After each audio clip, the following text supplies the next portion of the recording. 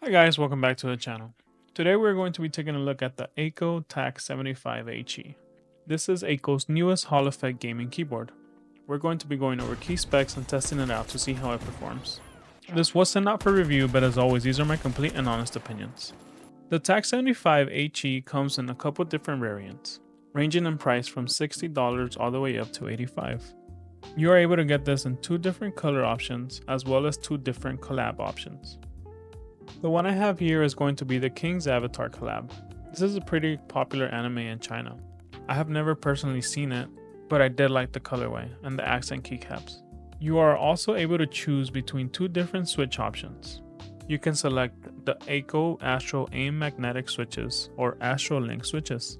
The ones I have here are going to be the Astro Link. In the box, the keyboard comes well protected. You also get a non-braided USB-C cable and a generic switch and keycap puller. The unboxing definitely left a little more to be desired, but you get all your basics. Taking a look at the keyboard, this is a 75% layout, and it is a wired keyboard. The keycaps have the King's Avatar branding and colors, and I think they look very good. The keyboard is made from plastic.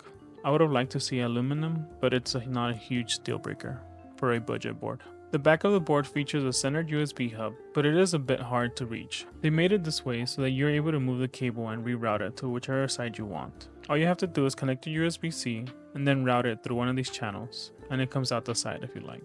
I found myself never using that, but it's there in case you like it. In the back, you also do get two step adjustable feet risers. The TAC75 does come with a 37mm typing angle standard, so if for some reason you don't like that, the feet risers can help. This does come with cherry profile ABS keycaps, and the keycaps themselves are pretty well built. They are not shine through, but they feature the King's Avatar printing all over them. The build quality of the TAC75 is pretty good. I had no issues with the plastic case, and even though it is made from plastic, it was well built. It is not super heavy, so it is pretty easy to move around the desk. The switches that came with my keyboard are the Astro Link magnetic switches. These are Akko's newest magnetic switch, and they are factory lube and feature an actuation force of about 36 grams, making them pretty light to press. They are closed bottom switches, so that helps out with the sound, and they are north facing magnetic pole, making them compatible with other HE boards in case you want to swap them out.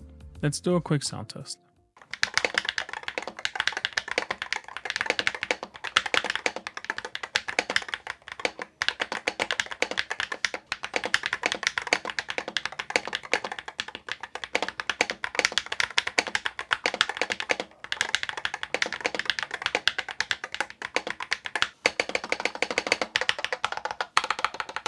The sound of the TAC75 is definitely not the worst, but it did sound a bit too hollow, and the plastic case definitely did not help.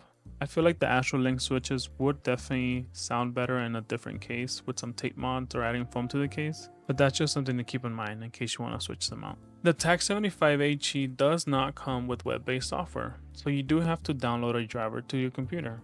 In the software, you are able to control the polling rate since the TAC75 does come with 8K polling. The TAC75 does come with rapid trigger, custom actuation points, as well as snap key, which is Akko's SOCD. The TAC75 does come with south-facing RGB, and it is pretty vibrant and easy to set up in the software. The software does come default in Chinese, so you do have to change it to English, or your preferred language. The software can be a bit confusing to use at times, but overall it was pretty user-friendly, and once you get the hang of it, pretty easy to use. The TAC75 does feature 8K polling and claims of 16K universal scan rate. Rapid triggers can be set from 0.01 to 2mm and actuation force from 0.1 to 3.4. During my time testing this unit, I definitely noticed the responsiveness of the keys, and the SOCD worked great. I did not have any issues with the keys not triggering or with any keys getting stuck. Overall, the gaming experience felt really good from a budget board. I did test this out over several games and noticed that the TAC75 performed pretty up to par with most Hall Effect keyboards on the market. I think that for the price of $60 for the base variant, you are certainly getting a solid gaming keyboard. When you go up to the special collab for $85, I think you can definitely find other options that feature an aluminum case instead of plastic, if that is important to you. One of my biggest cons would be the centered connection for the cable.